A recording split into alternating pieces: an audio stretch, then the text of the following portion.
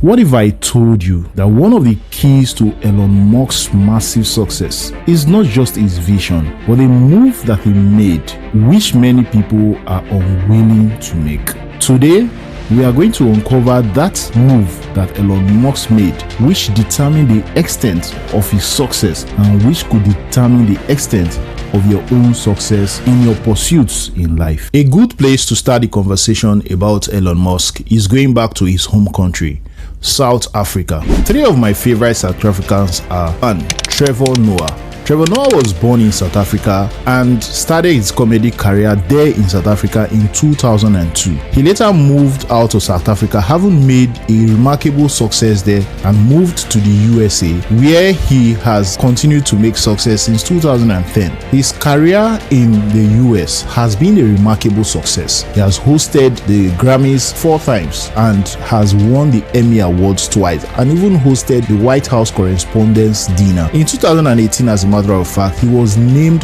one of the most influential people in the world by Times Magazine. When asked why he left South Africa for America, he said the US has a more sustainable stand-up comedy industry, and in this place he can do comedy on a full-time basis as his job and his life. My second favorite South African is Elon Musk. Elon Musk was born in South Africa in 1971 and he moved to Canada at the age of 17, where he attended university and later transferred to a university in the US. He started his business career in the US in 1995 with the launching of Zip2, which is an online city guide software company. This company was later acquired by Compaq for $307 million. In 1999, after this company was acquired, he founded another company known as X.com. This company, which merged with another company to form PayPal, was later sold to eBay in 2002. After the sale of PayPal, he founded another company called SpaceX, which is a space transportation exploration company. In 2004, he invested in Tesla, and in 2006, he founded SolarCity.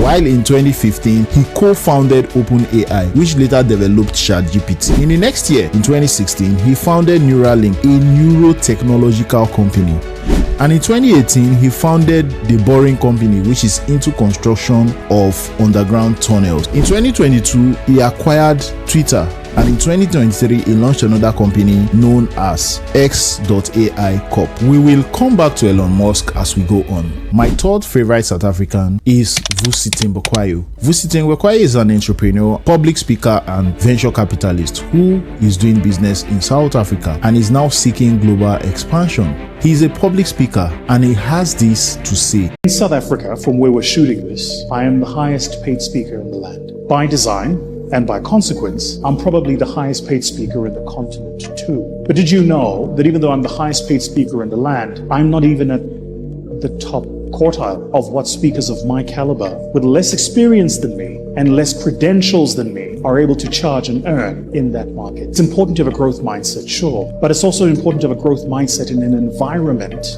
that is enabling of abundance. The question that Vusi's statement poses is whether a growth mindset is impacted by environment. Like we said before, Elon Musk was born in South Africa. He later migrated to the US. And if you see all the industries in which Elon Musk later made impact, from electric vehicles to neurotechnology to artificial intelligence through OpenAI to space travel, you will see that most of these industries are not even part of the conversation in South Africa at the moment. So the question really is, could Elon Musk have achieved the extent of success he achieved in the US if he did not migrate from South Africa to the US? Logically, you can say and deduce that because these industries are novel and the US is a place where novel ideas are pursued, he was able to achieve these things in the US and may not be, most likely, not be able to have achieved them if he did not move to the US.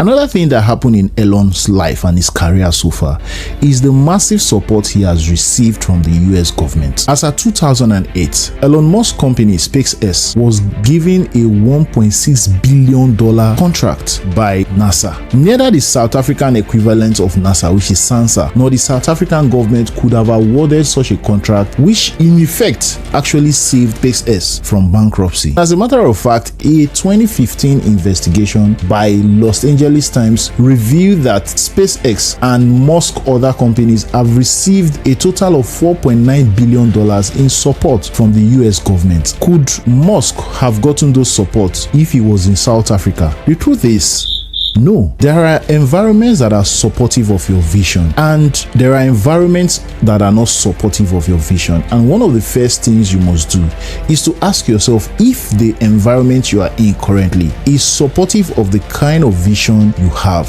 For those whose environment is not supportive of their vision, Vusi Thembekwayo has an advice. If you don't change your environment will change you. Vusi's suggestion raises two possible probabilities. It's either you change your environment or your environment changes you. If your environment changes you, the implication simply is that you are likely to drop those goals, you are likely to drop those ambitions that you have, and you're likely to end up not achieving them. But if you want to change your environment, there are two available options. You can take the route that Elon Musk took, leave that environment and go and achieve your dreams elsewhere. It's the same route that Trevor Noah took. You can also take the route that Vusi Thembekwayo took, and that is the route of trying to change that environment where you exist. The work that Vusi Thembekwayo is doing in the venture capital space in Africa is so remarkable that we know it is his kind that gets written in the annals of history when you have a developed industry in that sector. So you choose either to leave the environment to a better environment, or you choose to change the environment to become the kind of environment where your